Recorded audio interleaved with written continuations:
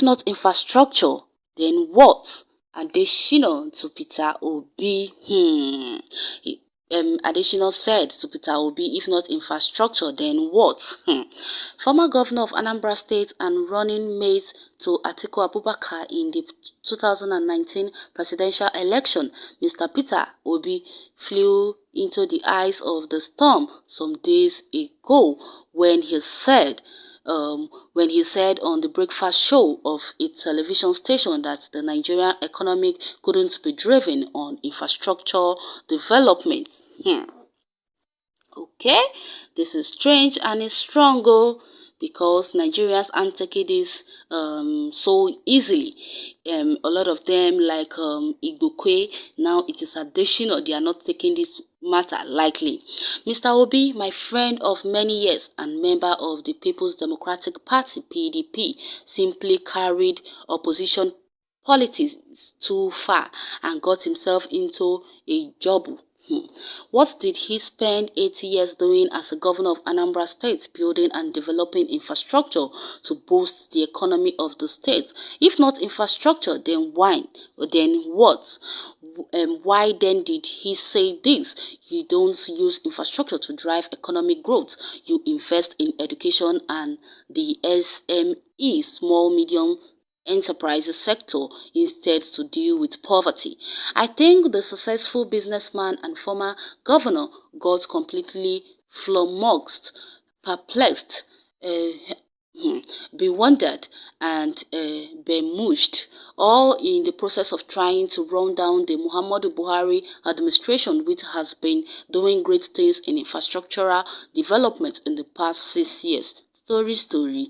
Obi said the thing was to invest in education and the SME by love. Where would education or SME be without infrastructure? And by the way, what is infrastructure? The basic physical and organizational structure and facility like buildings, roads, power supply, bridge, airports, and others needed for the operation of a society and enterprise. How does education function without all this? And how do SMEs succeed without them?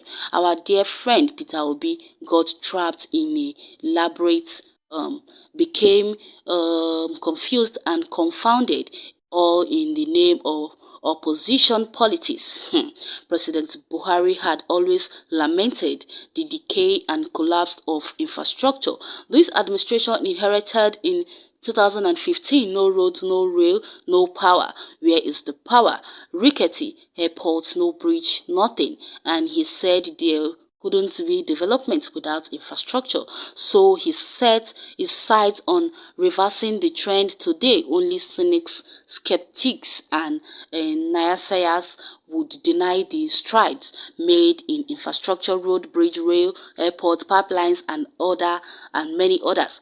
By 2022, when most of the massive infrastructure projects are commissioned, even the blind will see it and the deaf would hear. Why Peter Obi tries vain to run down infrastructure, we forgive him. He got confused by petty politics. The American government under President Joe Biden has initiated what is called the American Jobs Plan, and what is it anchored upon? Fix highways, rebuild bridge, upgrade ports, airports, and transit systems. In fact, Kamala Harris, the Calamaris, that's what it's saying, Kalama Harris, the American Vice President, says infrastructure is the foundation of a good economy, and when we invest in infrastructure, we create good jobs. That's exactly what the American Jobs Plan will do. Heck, I said heck again. What then was our Peter talking about? The Okute missed it, and missed it big time. That is what bridled and virulent opposition does to an otherwise good man. Let's look at the shape of things to come, particularly in 2022 and 2023 in terms of infrastructure developments in our country.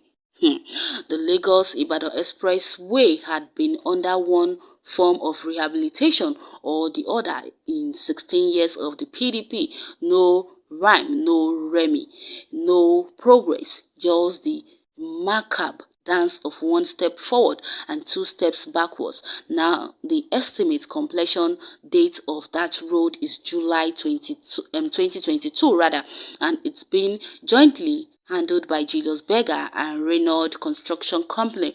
The multi-billion naira project is being heavily financed by the President Infrastructure Development Fund (PIDF). It takes a government committed to the welfare of the people to undertake such.